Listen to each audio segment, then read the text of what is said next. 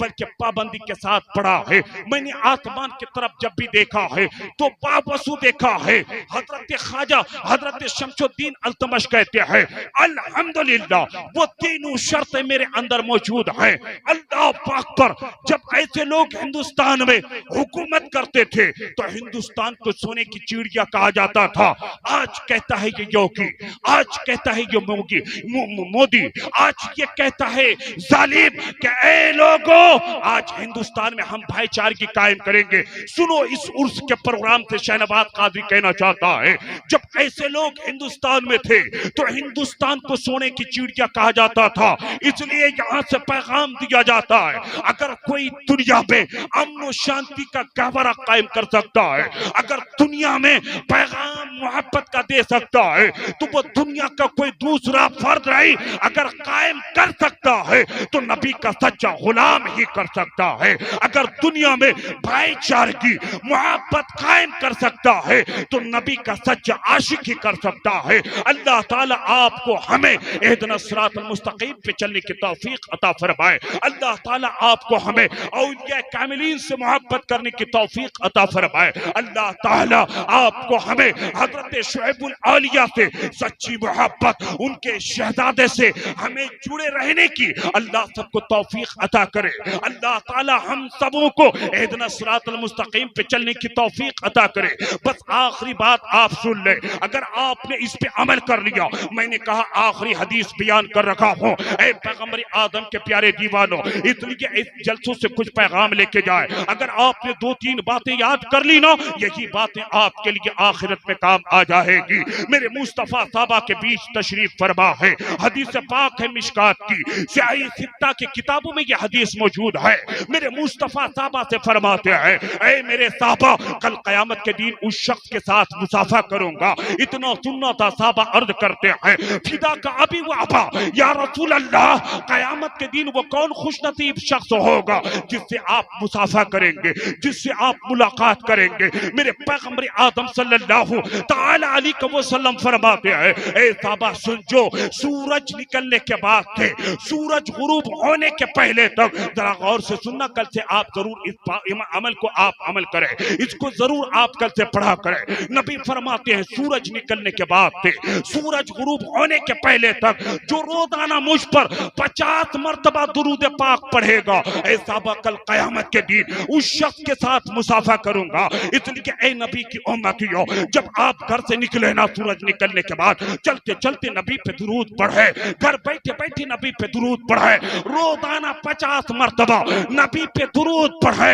جب نبی پہ 50 مرتبہ رہتی زندگی میں درود پڑھو گے، پھر نبی فرماتے ہیں کل قیامت کے دن اس شخص کے ساتھ مصافحہ کروں گا۔ جب نبی تم سے مصافحہ کریں گے تو پھر تمہارا ٹھکانہ جنت کی وادی میں ہوگا۔ اس لیے تو اعلیٰ حضرت کہتے ہیں میرے کریم سے گر قطرہ کسی نے مانگا دریا بہا دیا ہے، دربے بہا دیا ہے۔ نبی سے محبت کر لے، پھر نبی تجھ کو عطا کرتے ہیں، پھر تو تاج الشریعہ کہتے ہیں جہاں پانی عطا کر دے، بھری جنت ہیبا کر دے۔ نبی مختار کل ہے، جسے جو چاہے عطا کر دے، ڈال دی قلب میں عظمت مصطفیٰ سیدی اعلیٰ حضرت بلا کو سلام، وادی رضا کی کوہ ہمالا رضا کا ہے، جس سمت دیکھیں گے وہ علاقہ رضا کا ہے۔ السلام علیکم ورحمۃ اللہ وبرکاتہ۔